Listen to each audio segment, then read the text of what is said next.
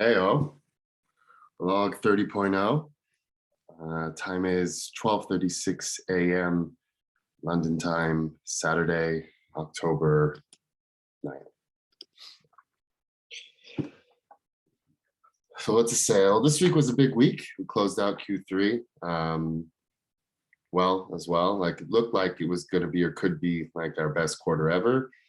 And here at the end of it, turned out to be actually by every given metric in new business as well as renewals, by big margin on the renewals, especially, which is mostly my responsibility, right?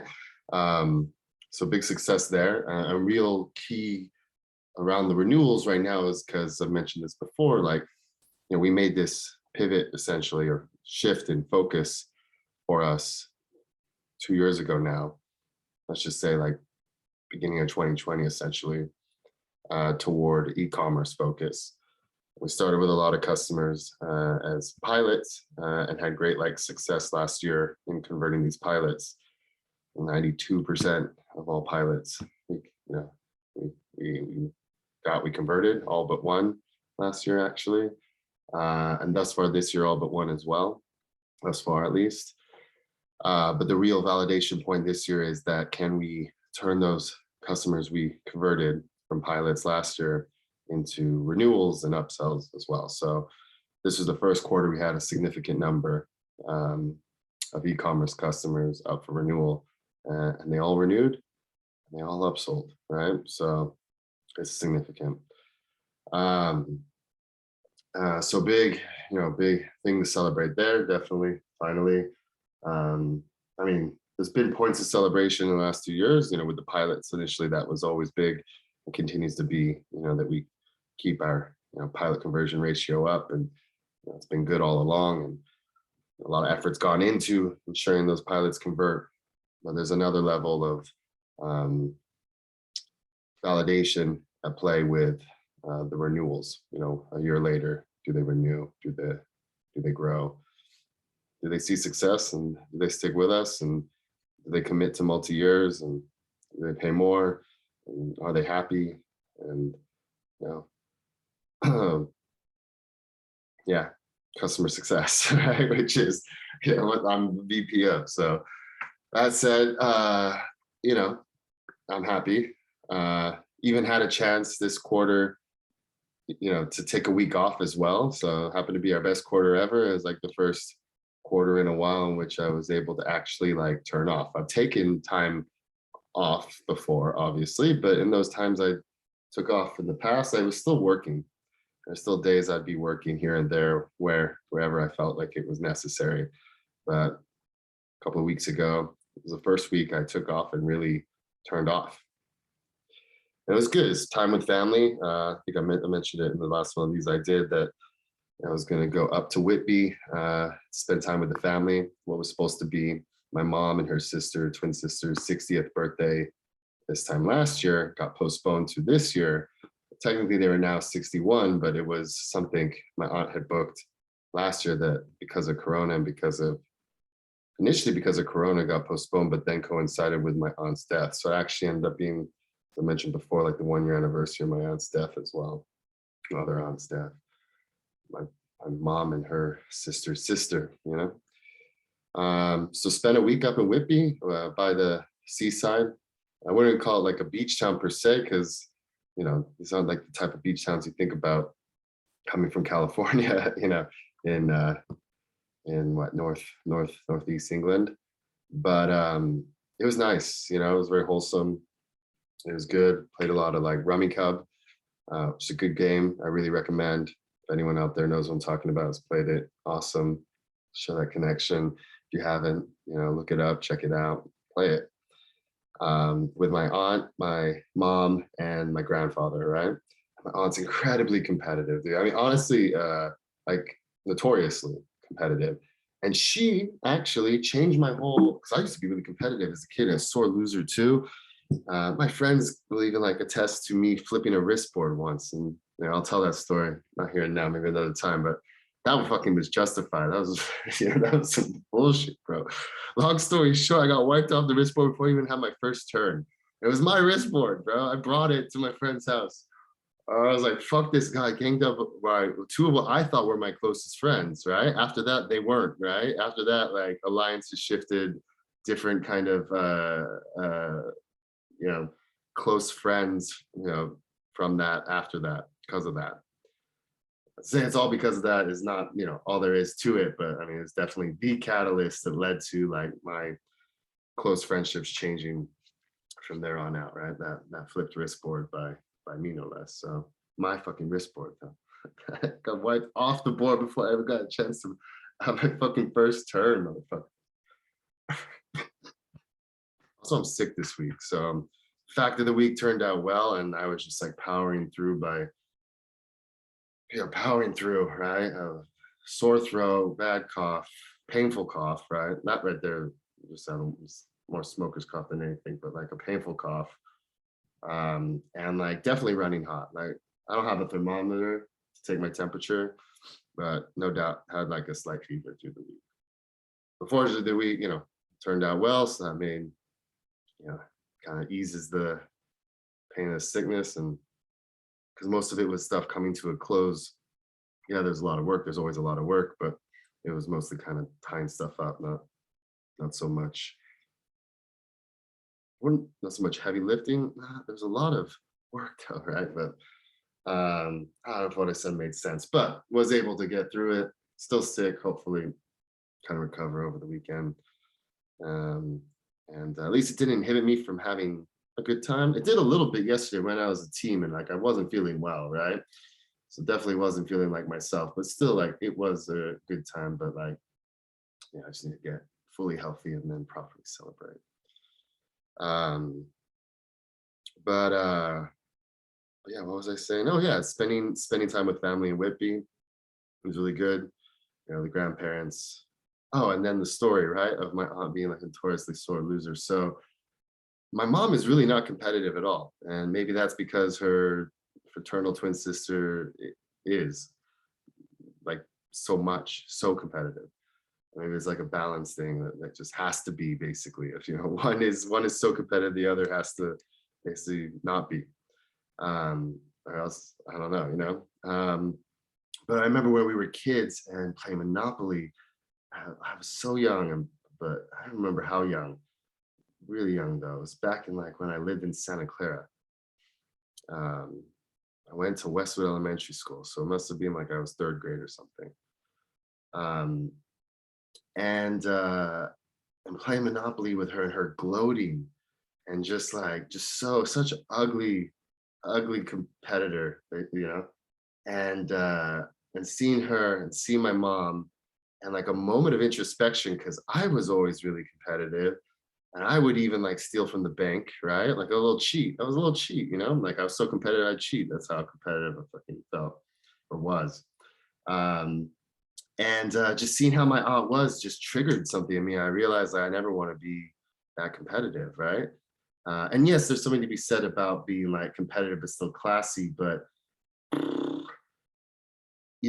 even if she wasn't gloating, even if she was still kind of classy, the fact that she was so competitive was like a turnoff. A turnoff is a wrong word to use toward your aunt, but like was just off-putting, right? Even at, 8 years old, I could see that much. And it really made an impression. I'll never forget it. I remember it like yesterday, so vividly. And yeah, I think it really absolutely changed me. Like even going into high school and stuff, like was never as competitive as some of my friends, and maybe to my own detriment. Like even playing sports, I feel like coaches kind of drove coaches crazy because I felt like they maybe felt like I didn't have the same fire as some of the other guys on the team. And they're absolutely right about that. Like to me, in my head, it was always just a game, and I always reminded myself of that. Never forgot that, right?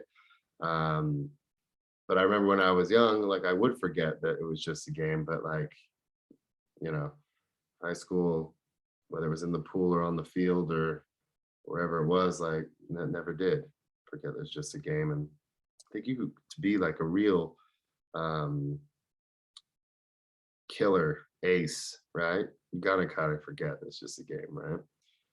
Um, and I was good, right? But I mean, I think it always drove my coaches crazy that I wasn't like more hungry kind of thing. just like it drove one of my managers up the wall as well. I remember one feedback I got from my worst manager ever at Yammer. I didn't get it fucking from him.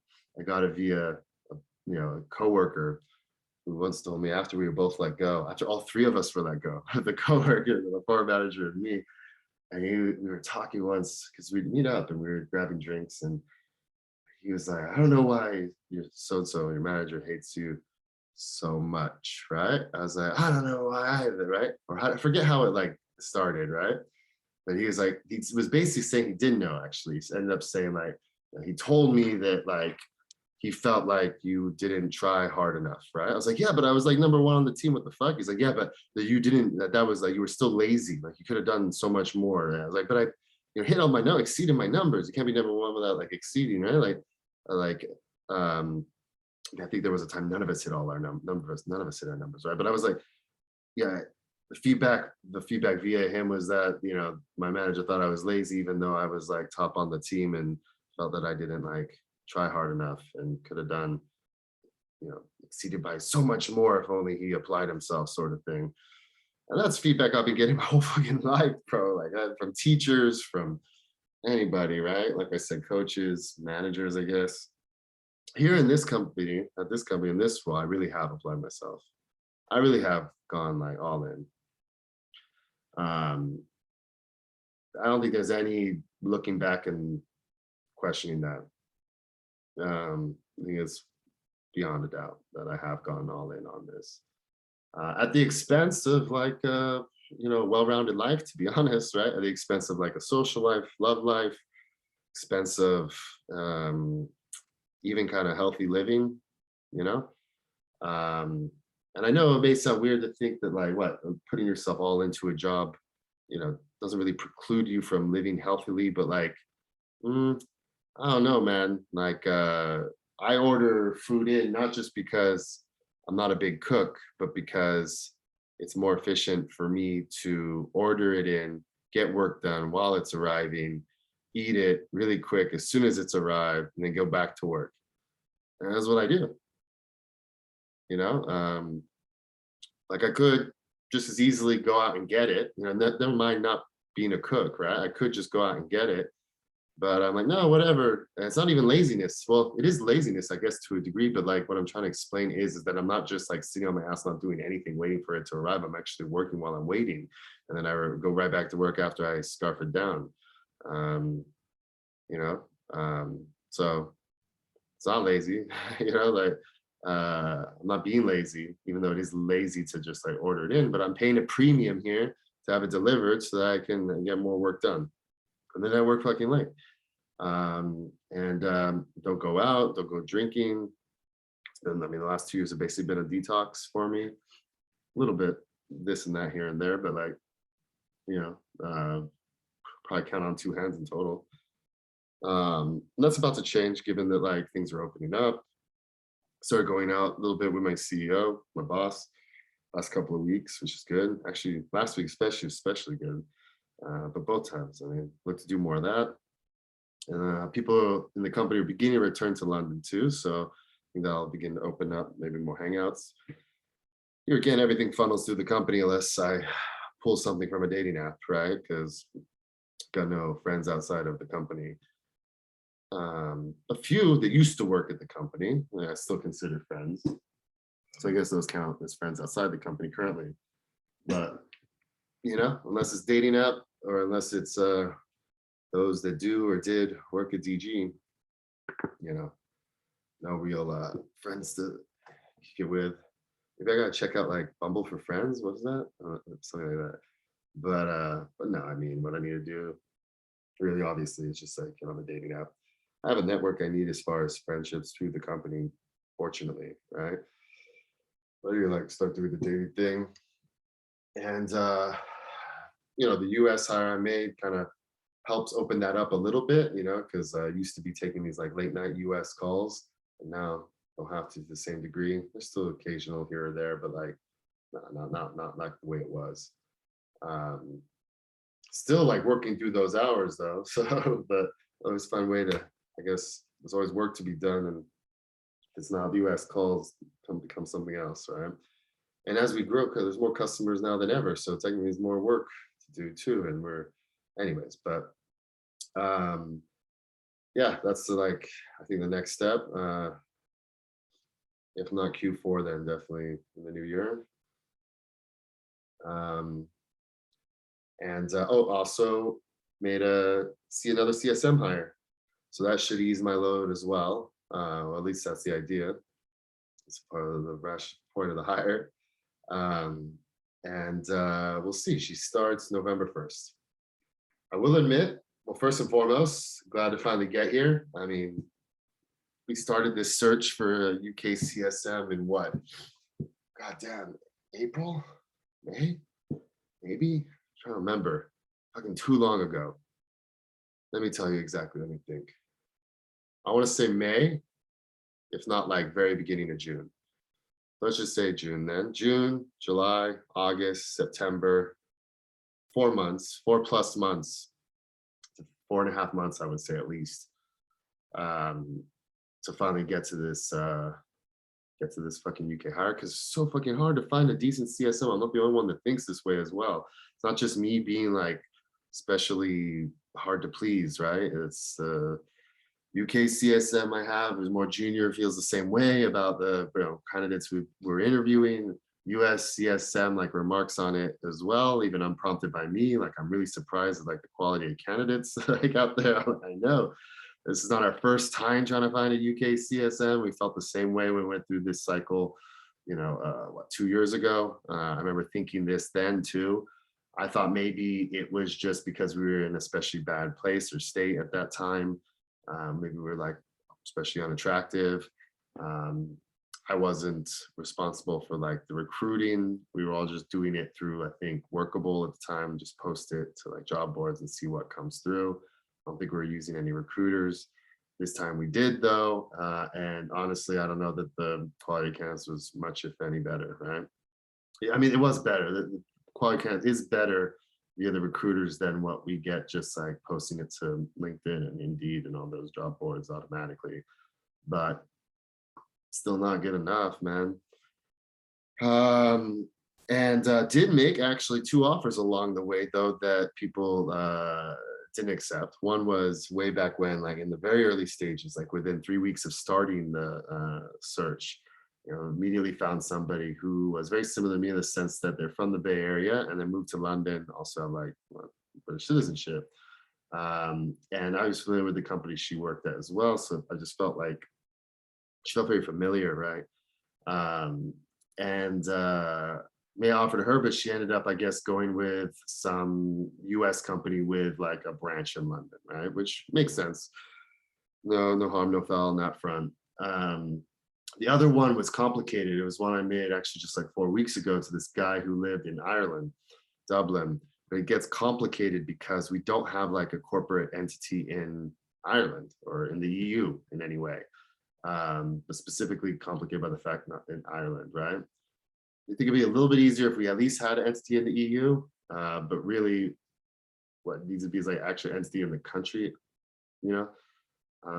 Don't ask me about all the EU like country, how it differs. I'm not even clear. That was a learning experience for me as well. And this has been also, I mean, even just learning that not all British accents, I mean, this I could have conceptually understood, but like, not all British accents will do, right? Per my CEO, he fucking vetoed like one guy I really liked, still think probably the most competent CSM candidate we interviewed by virtue of his English accent alone, right? But anyways, that's neither here nor there. The point I'm trying to make is that this other one extent offered to, and what they'd be hired at is like as a consultant. And it's got some weird things to it where like doesn't pay into like the pension, which is like equivalent of like Social Security out here. I mean, back in America, their pensions are more significant than Social Security. I mean, Social Security is like essentially nothing in America, right? Other things that complicate, what else complicated is that we would pay them in US dollars. So we pay them in US dollars, even though what Ireland operates on the euro. They would also have to like submit, like I think every month they have to submit, like almost like invoice us for. Don't ask me all the details. I just fucking submitted the contract and just focused on benefits, putting in that piece, the pay, um, the perks, whatnot, right? But yeah, all these like odd like complications also complicates like equity. We can't exactly give them equity. There may be a way in which we can, but they're not exactly like an employee. They're a consultant, so complicates even that. So it's not like we can offer them equity as part of the package, which apparently is not a big deal out in Europe or in the UK. People don't, I guess, care about equity in the same way that I know we do. Or I know we do coming from the Bay Area. But I think even just from America, any kind of startup, equity is a big part of the equation. It's part of the reason you join a startup, as far as I'm aware, or as far as I'm concerned, right? But told, I guess, out in UK and Europe, it's not as much of a thing. But either which way, I could see why he would say no, especially given he's in Dublin, and Dublin is just chock fucking full of tech companies, right? I mean, because of these corporate tax breaks they offer out, you have all these tech companies in Dublin, and big tech companies and startups, And I remember even when I was Yammer and New Relic, we still had like Dublin offices, right? As well as London offices, but Dublin too. Seems redundant, right? Why would you have Dublin and London, But we did. Um, and whether it's Apple or whether it's, I don't know, Datadog, they all have these Dublin offices, right? So that was another concern of mine too, even when I extend the offer to him, is that we'd be able to keep him because he'd be working remote from a city full of like the tech companies, probably maybe even more than like London, or as many maybe, right? Not that I've ever been to Dublin, so I can't say exactly, but like I think comparatively, right? And all those companies that are based in Dublin would pay into his pension, probably pay him the same, if not more. None of this weirdness of, oh, we pay you in dollars, right? Um, et cetera, right? So that was my concern, even when I extended the offer, is could we keep him? Even if he accepts, how long will he stay? And he didn't accept, right? And I wasn't surprised. But the fact that there was two in a row that said no, kind of hurt my ego a little bit. Like I was like, oh shit, maybe it's us, right? But even those two weren't like great, which really irked me even also, right? It's not like I felt like they were especially amazing and they were just like out of our reach, too good for us either, right? I didn't feel that way either. There's so many just so no good, or definitely not good enough. And there was one, just the accent, killed him. Not for me, but for the CEO. But I understood also, honestly, like once the CEO kind of like, once we re-listened, we re-listened to the recording of it, and I was like, yeah, I get it.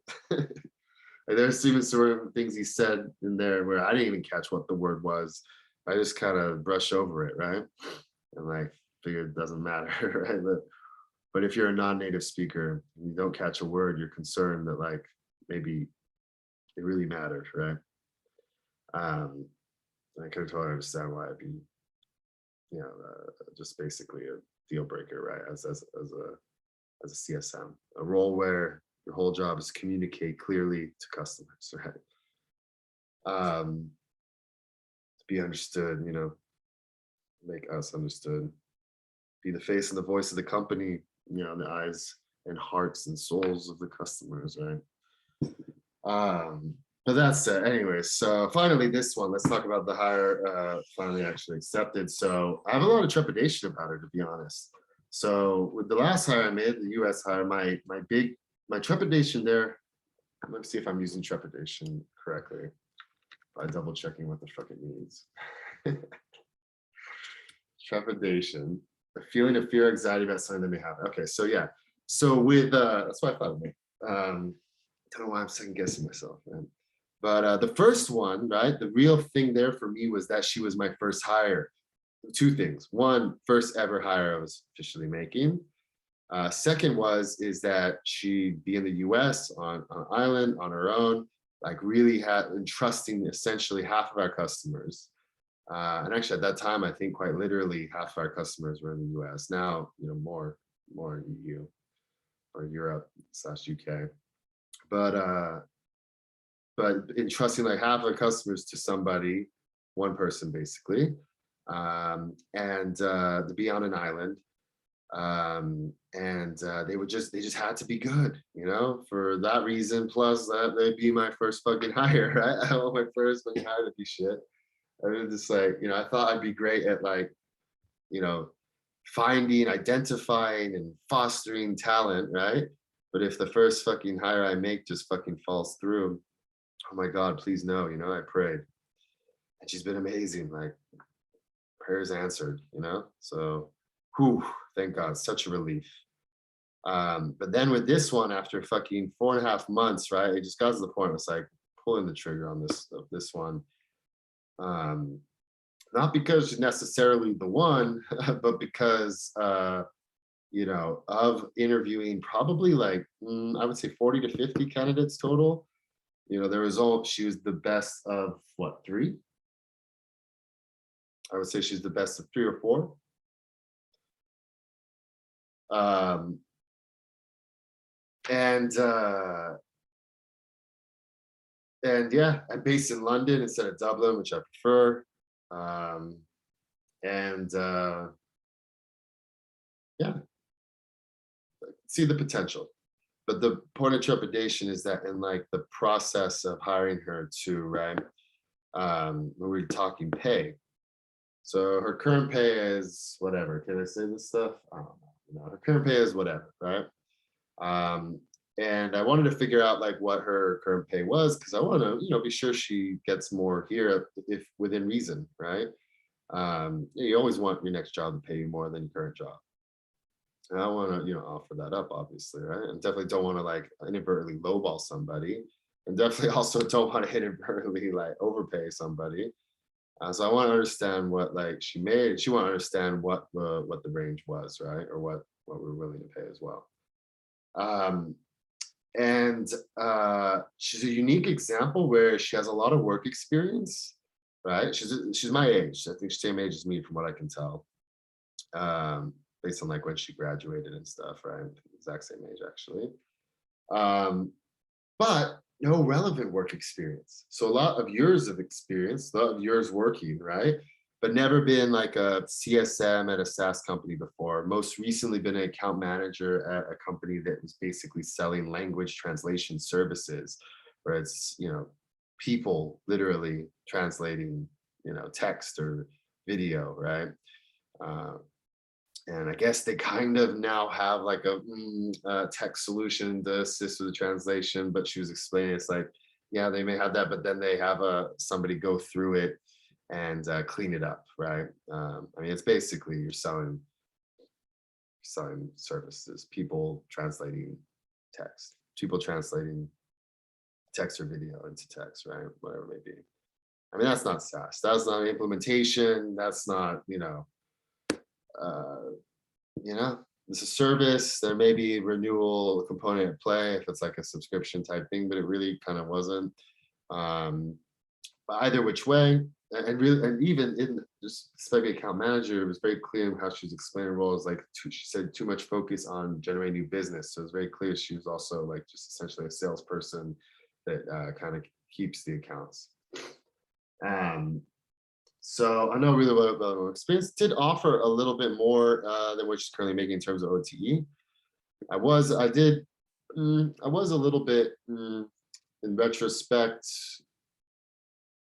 I don't know, you tell me, maybe I missed out, but basically offered the same exact base and a little bit more OTE. And she got back and said, she got back with a shitload of questions, right? So questions about everything from, can you expand on like the benefits? And that, by the way, employment contracts out here are crazy long in detail, right? Like I remember my employment contracts in America is so simple by comparison. But she's asking us to expand on the benefits was one thing. What was the other thing she was asking to explain more about? Something else that I'm forgetting that I had to have like the head of finance just handle. Then she wanted obviously more pay. Fair, fine, no surprise. I mean, it's part of the process. People are entitled to ask for more pay, and I think it's expected that they will, right? And Other one was she was actually asking for, oh, because we offer 25 days vacation, and she's like, oh, because my current employer offers me 30, can we match that? That was the one that like threw me, right? That was the one that really miffed me. That's what I mean. Really upset me, actually, right? I found incredibly off-putting um, because I understand asking for more pay, clarification on like the benefits or whatever, and I can pull up exactly what she was asking. You know, it felt very like stickler sort of vibe I got from it all. But what that's fine, right? You can be a stickler, especially when it comes to contracts. But the whole asking for us to match what the amount of vacation you got when it's already a good amount of fucking vacation, 25 days, 5 weeks of vacation. And because your current employer offers you 6 weeks, you want us to match that. And the reason it bothered me so bad is because like vacation is not something you like change per employee. What the fuck? Like, oh, you get 6 weeks, but you get 5 weeks, but you get 4 weeks, but you get 7. No, it's a company policy, right? Across the board. And it really bothered me, but in talking to UK CSM, she talked me off that cliff a little bit. She said she read somewhere recently that if somebody doesn't like, you're not getting the pay you hope for or want, right? To ask for more vacation. I was like, I don't know where you read that because it just seems like an unusual ask to ask for. I mean, it'd be just weird. In a company for everybody to have different amounts of vacation. I guess it'd be like pay where you don't know what somebody's getting paid and equally don't know how much vacation I guess they've negotiated, right? But that one just fucking pissed me off actually. Especially as a CSM, like, you know, like it's hard enough for me to take 1 week off and you're here talking about negotiating for 6 weeks off over the year. Like you're entitled to it, sure, but like in Europe they do take their vacation. I get it, but like that one just like upset me. And maybe not rightfully, maybe, right? Maybe I'm overreacting, even still now, but like a week and a half or whatever later, 2 weeks later. Week later, she accepted last Friday. Um, but anyways, right? So then I got back to her, increased the base. So she's now so that she would be making like 5% more than she's currently making base, and then you know significant amount more. You know, what is it overall? Oh, we should be making like basically 10% more OTE essentially, right? And not quite 10% though there. So maybe that's what's the sticking point for her is even OTE wasn't quite 10% more. Um, but here again, remember that she doesn't have any relevant work experience, you know, and you know, never been a CSM before. But her prerogative, I do get that you should get like, you know, do get with every job you take that you want to get at least 10% more. I mean, my rule of thumb is 20% more, right? Like, you know, like you should get with every next job. At least, right? Sort of thing. But that's Bay Area. I don't know about out here, but that said, I really agonized over it because, and maybe I was agonizing over it for the wrong reasons because I was thinking, if I give her what she wants, then she's going to be making as much as my US CSM, who is amazing, right? And has been a CSM multiple times before, as well as implementation manager multiple times before. And now, granted, I think we got her for a steal. You know, I felt that way even initially. Now, especially, but there's no way I want to have this girl start at the same pay rate as my US CSM. Now, that maybe it's because we're underpaying the US CSM. So maybe that's what I was like agonizing about is that maybe I shouldn't be like feeling that way. Maybe the real answer here is just pay the US CSM more. But it just didn't feel right to like start her at what the US CSM has been making, given like the US CSM has so much more relevant work experience. I mean, basically 10 years of being everything from like implementation manager to like a customer success manager. And then also, I don't know, just really also I want to get the UK CSM a pay raise, right? So I want to get the UK CSM a pay raise. But like if I give this girl like that much more, then even when I give the UK CSM a pay raise, but she's still going to be paid less than this girl that just started. That didn't feel right either, right? And there then also that gets complicated because you know it's okay I think to pay the US CSM more than UK CSM because the US CSM has many more years of relevant work experience, you know? But then when it comes to what paying this new girl more than the UK CSM, um, that gets tricky because she doesn't have more years of relevant work experience. In fact, the existing UK CSM has more years of relevant work experience. It's just that the new one has more years of work experience, right? It's just more senior, older, right? But you know, can you justify like, oh, we're paying her more because what? Just because she's worked longer in her life? Like what? Just because she's older? uh not because of relevant work experience. Anyways, so that was what it was all wrangling with. And I would love to keep my team as like, as on par with each other as possible. I know they aren't supposed to discuss pay with one another. I know it's not common actually that employees do, but I want them to be equitable, and they make sense of people's pay rates, and not just like what give somebody more money because they asked for it when honestly I didn't feel like she was worth more money, and that was what really agonized me, is that I'm hiring somebody that I really don't feel is worth this couple of K. It's more like a few £1,000s more, a few £1,000s, a little bit more, a few $1,000s, right? But that bothered me too. Is like I didn't want her so bad that like I wasn't willing to lose her over, you know, over the what comes down to actually kind of almost pettiness, right, on both sides to a degree, right? I guess more petty on the employer side because we have money, right? And this few $1,000s means more to the employee than the employer. But I just didn't value her that high, right? I didn't like peg her as worth that personally, even kind of regardless of like the context of the rest of the team and that whole like equity thing that I'm trying to like establish that may or may not make sense. I mean, I'm a new manager myself. I'm trying to think this things through and understand like what is reasonable, what is legitimate, what does make sense, what is fair, um and and then what else did she ask? Actually, then, so after I gave her just updated offer letter, actually, yep, and I this time I submitted through DocuSign too. I didn't just show her a copy. I initially said, "Here's a copy. Let me know what you think, and if you like, I can submit it through DocuSign." She said, "Can we do more?" And then I got back to her late that night with more.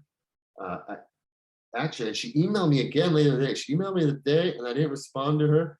And she emailed me in the morning. I didn't respond to her because I was just fucking busy. It was the last week of the quarter. Like, I guess this is the last week of the quarter for us, right? But like, I mean, it was the last week was really technically the last week quarter, right? But like, um, but I'm so busy with end of month, end of quarter kind of stuff. She emailed me about the thing, then I didn't respond to her. Like, and then she emailed me again at like 4:30 p.m. or 5 p.m. or whatever. Double check when. What's her name again? Yes. Um, asking if I had seen her email, which miffed me a little bit also. And I think she also called me, right? And I was like, come on, like relax, like fuck off, right? Basically. And then what else did she ask, right? So I submitted it via, let me do this order of things correct. If I'm going to recite this story, let me just get everything accurate here. What the fuck?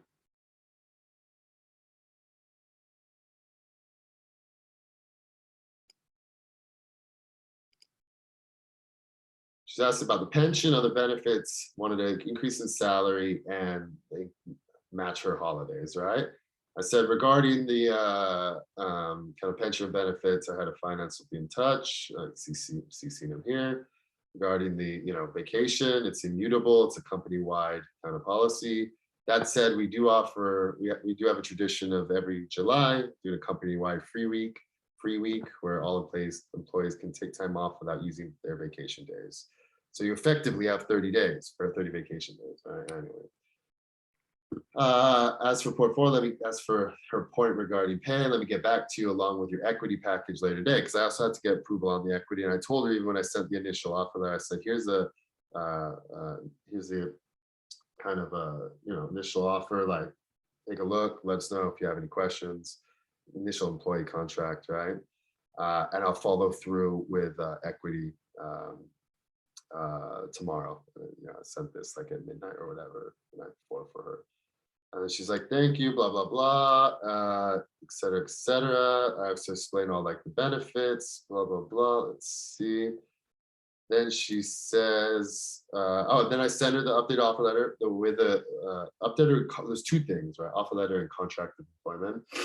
So updated contract of employment with the new kind of pay rate, and also like offer letter with like an outline of like the equity. And then she's like, before she asked, she also then asked the head of finance another question about the benefits. And this is what she was asking, right? She was like, we have like in the contract of employment, it says after 12 months of employment, you get like an enhanced parental leave policy, right? I think within 12 months, it's just whatever the government kind of mandates, regulates, right? But after 12 months, enhanced. I guess we hadn't defined what enhanced means. And you know, to her credit, attention to detail, she's asking, can we define that, right? It's undefined. And we actually don't have like, we haven't formally decided, we haven't had anybody be pregnant that made it matter, right? So I think what the head of finance did is he kind of just shared what I think he drafted something up, and then it's shared it with her. I think it's somewhere. I think at some point, right?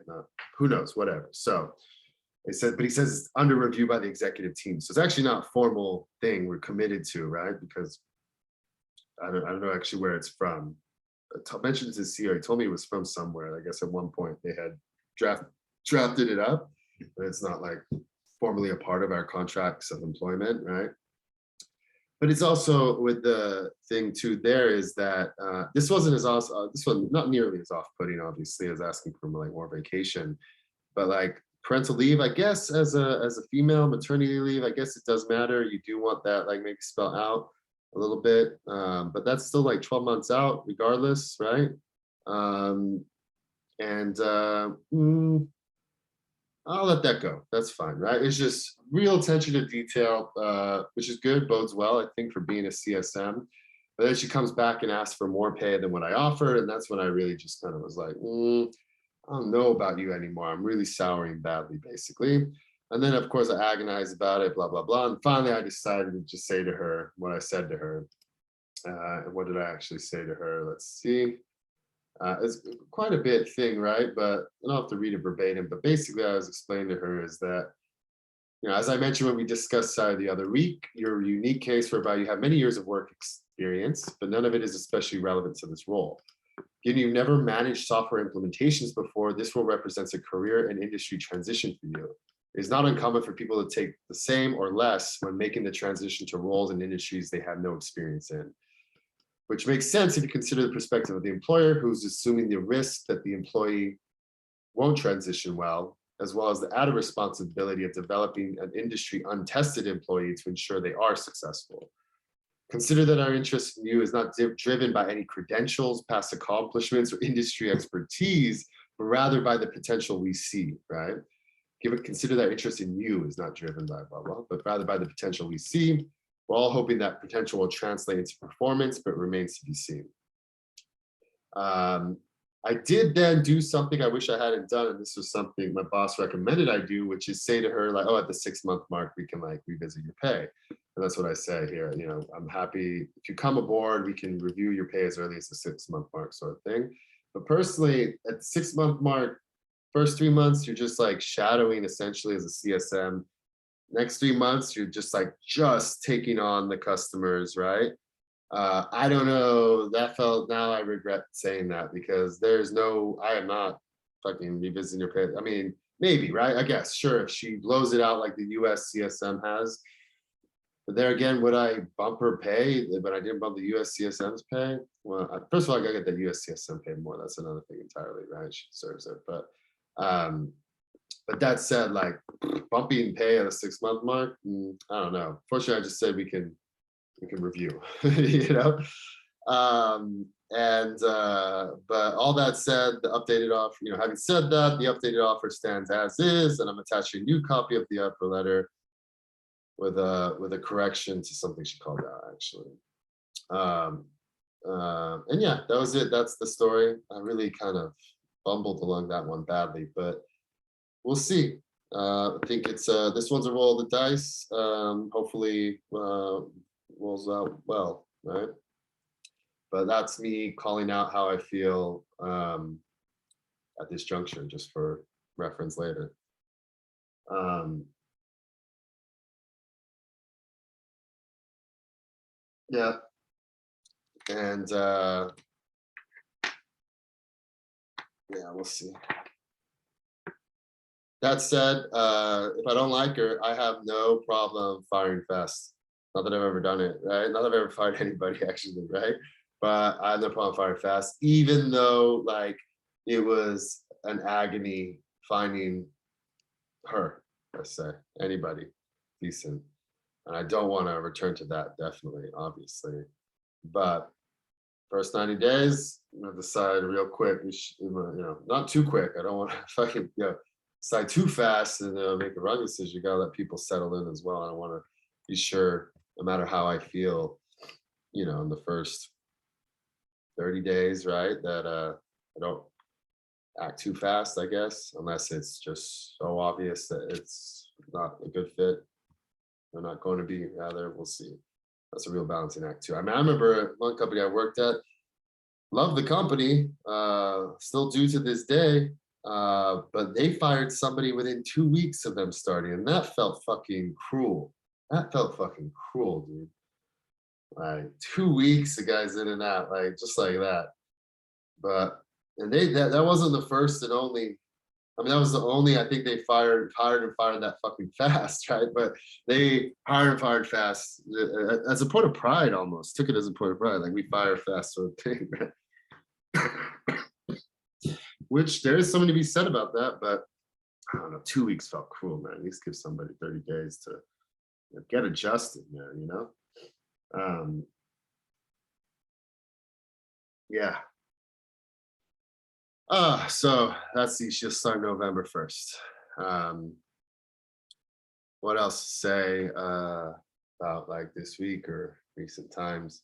There's also, I'm gonna be a groomsman. I'm gonna be in Pakistani garb. I'm gonna do some Pakistani dances. And most importantly, my buddy, I can say names, Afan, motherfucking Afan. True love lives forever. My motherfucking friend, brother, is getting married. Fuck yeah. Never met her yet. Seen her via like WhatsApp video or whatever. Seems sweet. We'll see. Have to meet her. They only started dating, after I came out here. Yeah. So haven't been dating too long, but he's the type of heart to fall in love fast sort of thing. And she seems good. She seems so. I'm excited for him, most above all else. And yeah, I'm excited to see the wedding. We'll see what happens with like this bachelor party too, when it will be, where it'll be. I talked about kind of like traveling like Venice Beach at like end of October, see my buddy out there, but given I think this bachelor party will likely be around then is what I'm hearing, but we'll see. There's no like thread yet, right? And I was talking to him today because we were talking he just accepted a job today too, so we're discussing like we had been discussing that over the last couple of weeks, but he finally like signed on to a new gig. Well, he accepted one job, worked there grand total of 1 week, and just this was the end of start on Monday. This is Friday. Signed paper to another job, and we'll tell the new job on Monday. He's actually not sticking around, right? Just pay my 1 week check, I guess, and goodbye. Sorry. Yeah. But he has good rationale, like the company that they signed on today for, right, is paying more established. He's about to get married. I mean, can't argue with that, about to get married, about to have a family, pay me more, it's more established. I mean, it's just like, it's the responsible family man move, right? It's a move you kind of have to make when you actually have a family and kids. Like you can't say no to making more money and more established company and like minimizing your risk and maximizing your guaranteed, right? But I makes sense too with the wedding approaching and wants to start a family soon and stuff. So I totally get it. what was I saying about him? I mean, the wedding, looking forward to that bachelor party, waiting for that thread come through and find out when that may be, because that'll be basically what brings me back to America for the first time since I've left. That'll be the compelling event, the first really compelling event to bring me back. And where in America, I don't know yet. We'll see. May not even be America. I don't know, right? And if it's outside of America, then I guess first time I'll be back will be in December, like December 23rd, or like in New Jersey, I think is where the wedding will be. I have to double check the invite, but I know that's what he was saying, like New Jersey, New York sort of thing. In December, so yay. And I've never been to New York. I think it's in New Jersey, right? But I've never been to New York, never been to New Jersey either, right? So that'll be cool. Maybe I'll come out early in the wedding so I can really check it out. And then right after the wedding is basically Christmas, basically bounce from there to see English family, go up to Yorkshire for Christmas proper. So yeah, we'll see. What else to say? What else about this week or recently? Basically, no turkey this year. So when I was in Whitby, right, the news broke that turkey had been dropped from the red list, right? So when was that? That was like September 17th, found out or thereabouts that turkey was off the red list. My dad immediately calls me. He's like, when are you coming? I'm like, what do you fucking mean when am I coming? Like, I just found out, right? Like, so much I got to figure out. And not so much even just the ticket there. Like I touched on this before. It's so easy I can buy a ticket day of and go there. But there's this whole, oh, you got to get a PCR test like 72 hours before the flight. And then I was looking into it and it was like fly ready PCR test, book your fly ready PCR test. But then to book my fly ready or whatever test, I had to enter my airline booking number. And I wasn't prepared to make a booking before I got the test. And I kind of like was like just not ready to figure it out. Like I was still on vacation. I was like, look, let me get back to home. And then I have 1 week, like I gotta get like some work done, right? So 1 week to figure it out and just got pushed off because I was kind of behind with coming back from taking a week off. And I thought maybe I could just get a PCR test like day of and then just like book a flight the next day. And then I think maybe I could have some way somehow done basically that, but left everything to delay. And then at the end, just like felt overwhelmed. And then like that Friday, who wanted to meet up? Was it Thursday or Friday? I forget. I think it was like Friday, like the VP of sales, we wanted to meet up, right? So we met up, we went out, and then I don't know, don't ask me, nobody's asking, but like somehow, some way I was just like, fuck it, Saturday morning, I was like, fuck it, too late, right? I just texted my dad, not coming, see you next year. And a very rude text, granted, right? And he was furious, I could tell. He blew up my phone, fucking all sorts of texts, like I'm offended, blah, blah, blah. And like what made it worse is that he told all these people I was coming. So there's this girl who's like, you're a liar, I get sex, you're a liar. And this girl's like basically trying to trap me, man. Like, like that girl's like, I've never felt like a girl trying to trap me. I felt girls like trying to jump my bones before. I felt girls kind of trying to get their, nails in me a little bit, but there's a whole nother level of like trying to trap me, right? Like, like she's that age, right? That age, she's Turkish, American, like, I don't know, for my fucking Asian folk back home, it's like being what is it called? ABC, an ABC in Taiwan. It's like what I am in fucking Turkey, um, and she's been trying to trap me since like last year when we kind of hooked up. Thank God, like thank God I didn't fucking fuck her. If I had fucking fucked her, then fuck, I think I'd be kind of fucked. I think she'd be fucking like, I basically mess around just a little bit, but not enough that I have any guilt. If I fucked her.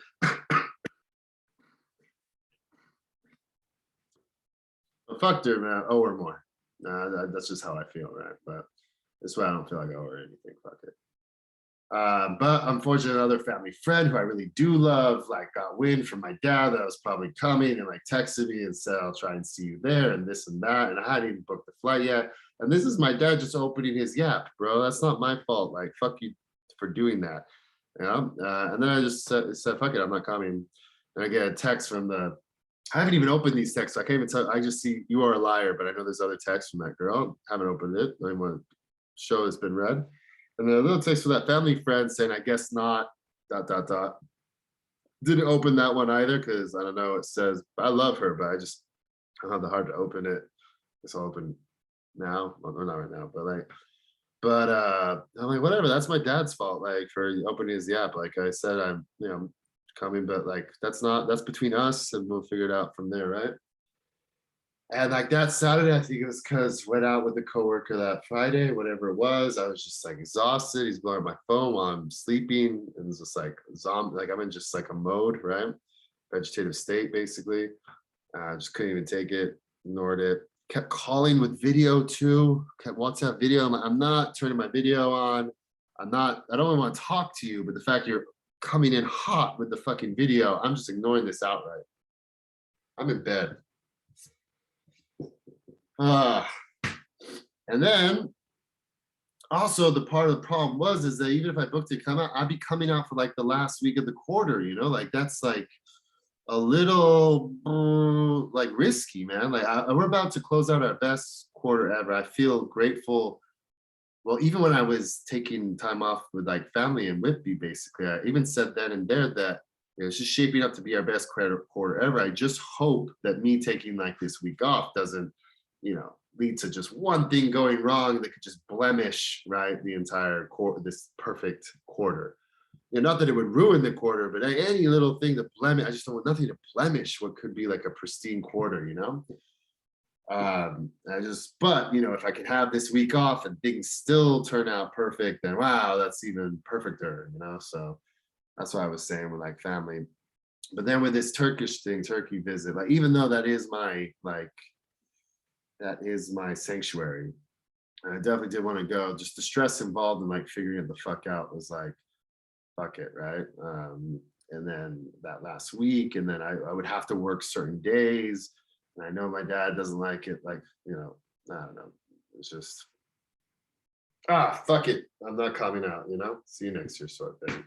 And then there's all this talk from him about, well, visit me in Istanbul. Dude, I don't want to visit you in Istanbul, man. There's nothing for me in Istanbul, personally, really, except there is my aunt, there's my uncle, there's him, sure. Sounds horrible to say there's nothing. And there's definitely all that. But like Istanbul's not like a summer home, right? It's like, it's just a big city. I'm living in a big city. I don't need to jump from one big city to another big city to live under my dad, right? Like, for a week even. No.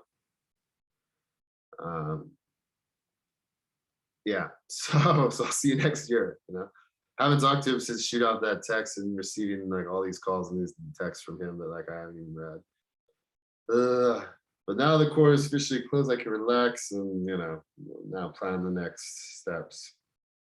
Just that Turkey's not part of those next steps, and for this year at least isn't part of the equation. Having said that, though, there is now this thing I'm thinking about, which is like buying property. And this is another thing that like now my aunt keeps blowing up about.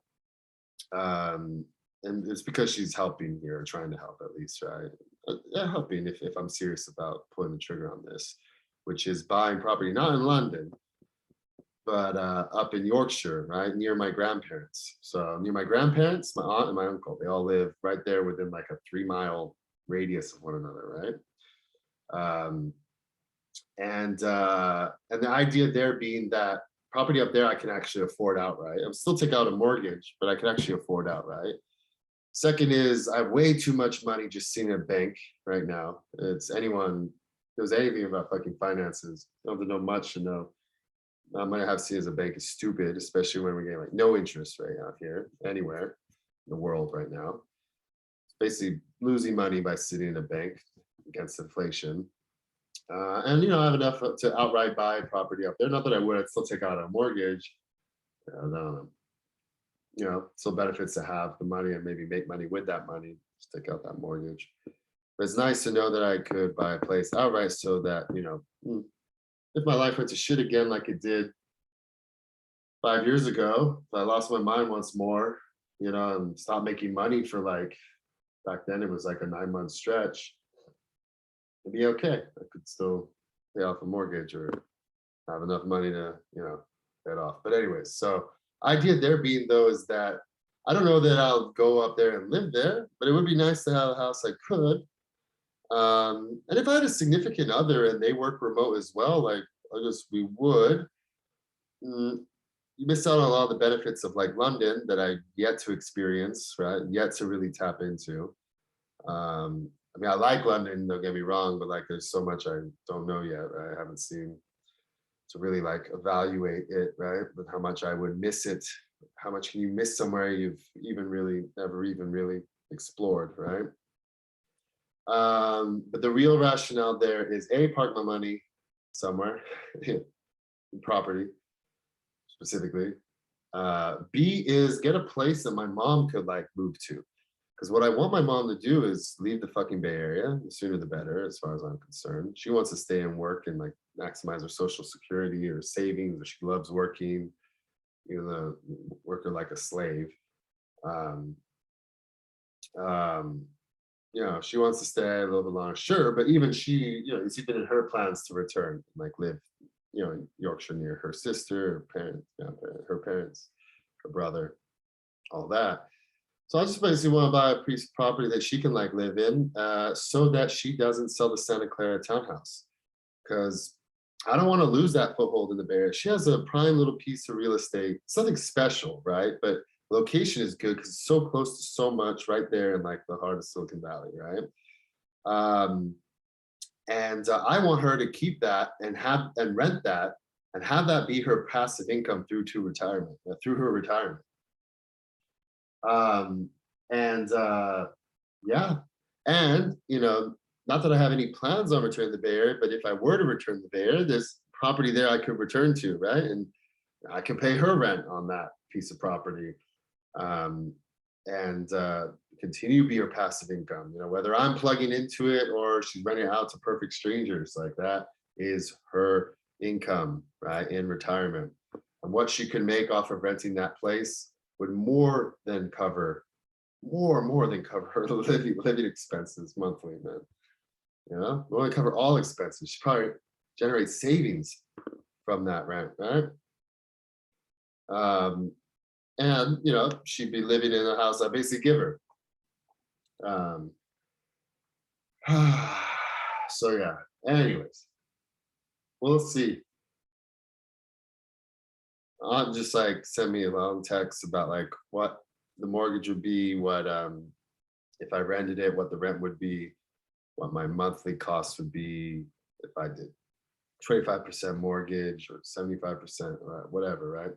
Have to really read through what she was saying, but talk to her today. And I'll call this real estate agent tomorrow, maybe book a scene next week if it's still available. There's no offer on the table, or it's not, too late to see it next week. So I'm sick this week. I don't want to go up this week. I don't want to risk getting my grandparents sick. I don't want to go up sick. I'm sick. I want to stay in bed tomorrow, right? Or if there's sun, I don't know, get some sun. I don't want to chase a house to fucking tomorrow. But it's like a 3-hour train ride there and back and all that. It just feels like a fucking chore. But call the real estate agent, see about seeing it maybe next weekend and go from there. So that's a new development. Something I've been kind of thinking about, toying with in my head since Christmas. So for the last like 9 months. The only tricky thing is that I really don't know where my life is taking me, right? Like, so the whole like rationale of buying this property in Yorkshire is that is the closest thing to like a home base I now have. Because yeah, I'm from the Bay Area, but right now the only connection I have really to the Bay Area is the fact my mother's out there. Of course, all of my friends, like, don't get it twisted, but like all you homies out there, like, of course, will never not be connected to the Bay Area. But hear me out. As far as like my family's concerned, right? Closest thing I have to home base is Yorkshire. And my mom's in the Bay Area. My brother's in Arkansas. My father's in Istanbul. So my father's in Istanbul.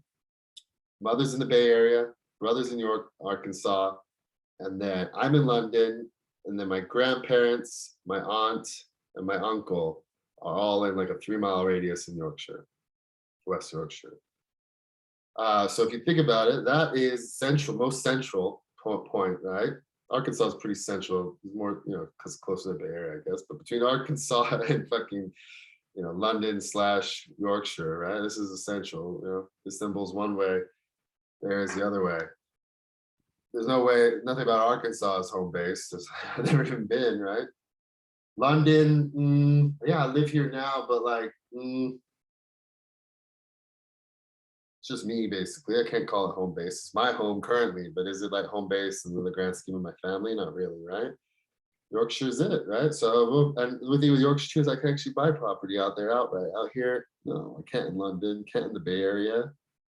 Probably could in Arkansas. Don't think I can in Istanbul even, to be honest. But Yorkshire, yes. So yeah, we'll see how that plays out. So I'll keep y'all posted on.